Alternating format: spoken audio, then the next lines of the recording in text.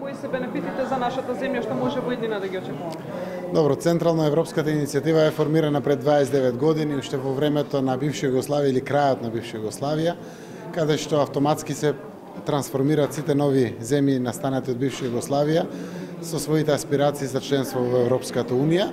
Овој пат продолжува и Централно европската иницијатива се користи како помош на сите земји во својот интеграционен процес, но и напредување на севкупната соработка на сите земји членки на Централно европската иницијатива. Хрватска ова година е домакин и организатор, идната година е Италија. Овде уште еднаш ги адресиравме сите наши аспекти и регионални и на Република Македонија во делот на нашите интеграцијски процеси. Ја побаравме поддршката од земјите, заради тоа што голем дел се влијателни земји членки и на Европската унија, но и на НАТО. Секако беше изразена поддршката од сите овие земји и за Западен Балкан, посебно за Македонија.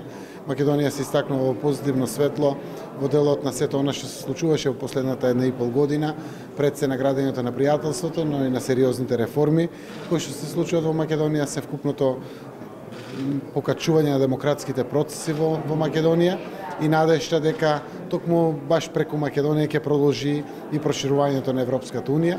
Европа е исправена пред одлуките после изборите во Европскиот парламент, каде што верува дека ваквите позитивни сигнали кои што се ретко стигат од Македонија ќе бидат водилка на продолжувањето на пораките на зголемување, односно пораките на зголемување на Европската унија, односно enlargementот кој што е исто така актуелен момент. Хрватска е голем поддржувач на Република Македонија. Овде беше и комесарот Хан кој што ги истакна своите потврдени ставови дека ако земјите продолжуваат да испорачуваат, може да очекуваат да испорачува Европската унија и према нив. Секако Европската банка за обнова и развој кој што учествува овде ги потврди своите аспирации да го помогне целиот регион и пред се преку Берлинскиот процес, преку агендата за конективити, кој што значи развој на транспортните коридори, изградбата на патиштата, железниците, гасификациите. Успеавме да одржиме и билатерални средби, како со претседателот на Европската банка за обнова и развој, така и со подпредседателот на владата на Унгарија, кој што исто така партнер кој што може и tekako многу да придонесе во севкупните економски соработки, а и развој економски во Република Македонија. Верувам дека ваквите состаноци и се од полза многу на Република Македонија, заради тоа што овие блескави моменти треба да ги искористи во конкретни поддршки, за да конечно нашите граѓани, покрај поддршката за НАТО и ратификацијата на протоколот за НАТО кој што го очекуваме, добијат и конкретна поддршка, а тоа е јуни 2019, кога очекуваме да се отворат првите поглавја за Македонија. Вчера и премиерот Орбан беше во Загреб. Успеавте ли да се видите со него и евентуално да разговарате за екстрадицијата што ја побара македонската влада на поранешниот премиер? За жал не, заради тоа што премиерот Орбан беше само на вечерата. Имаше само куртуазно поздравување помеѓу сите премиери и подпредседатели на влади и министри. Тој денеска не остана овде на самитот, за да можеме да оствариме некоја средба, но се надевам некоја следна прилика ќе можеме и директно билатерално вака да ги испорачиме нашите аргументирани барања, дека азилот е неоснован и дека треба поранешниот премиер Никола Груевски да се врати во Македонија и да отслужи својата судска казна. Тука и еврокомесарот Хан, се видовте ли со него во врска со реформскиот процес што се спроведува кај нас? Комисарот Хан е сериозно заинтересиран и задоволен од тоа што се случува во Македонија.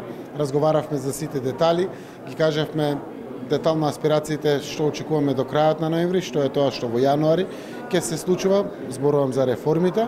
Му објаснив кои се постапките и во парламентот, како се одвиваат сите постапки, кои се нашите очекувања. Драго му е што постои внатрешен диалог помеѓу власта и опозицијата, не само помеѓу овие 8 пратеници, туку и другите пратеници од опозицијата. Споделив со мене надеж дека токму поради ваквиот интерактивен процес на дебата, сугестии и прифатливост од страна на владеачкото мнозинство и од нас како влада, како властени предлагачи на амандманите, дека сето тоа негува една верба дека е возможно да се обезбеди двотретинско мнозинство за конечното гласање на амандманите. Секако тоа ќе го знаеме на самиот крај на самиот процес кој што го очекуваме некаде околу средината на јануари, но јас останувам оптимист. Оптимизмот е возвратен од Европската комисија. Еврокомесарот Хан е добар познавач на состојбите во целиот регион и во Македонија секако. Дава подршки и зборува со суперлативи. Ова го сваќам како дополнителна мотивација, но и обврска за сите нас во Република Македонија да одработиме пред се во делот на реформите, како и во делот на политичкиот процес, но истовремено треба да знаеме дека ако имаме резултати, можеме да очекуваме ваквиот однос и да продолжи. Затоа ја користам секоја прилика да ги мотивираме институциите да ги спроведат сите реформи. Јас сум овде главниот управител во делот на целиот овој процес, но драго ми е што добро се одвиваат сите процеси во делот на Советот за реформи во правосудството. Безбедносните служби го знаат и избран е моделот. Се надевам парламентот ќе го потврди. Конечно очекувам да се ослободат медиумите, законите за медиумите во парламентот.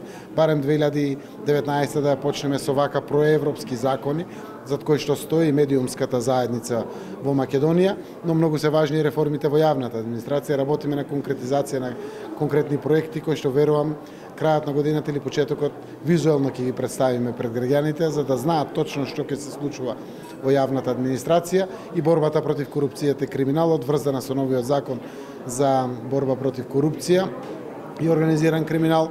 Верувам дека парламентот во брзо време ќе го стави на дневен ред за да може да се донесат сите одлуки, да се формира антикорупцијска комисија како главно тело, но и сите други контролни механизми на извршната власт.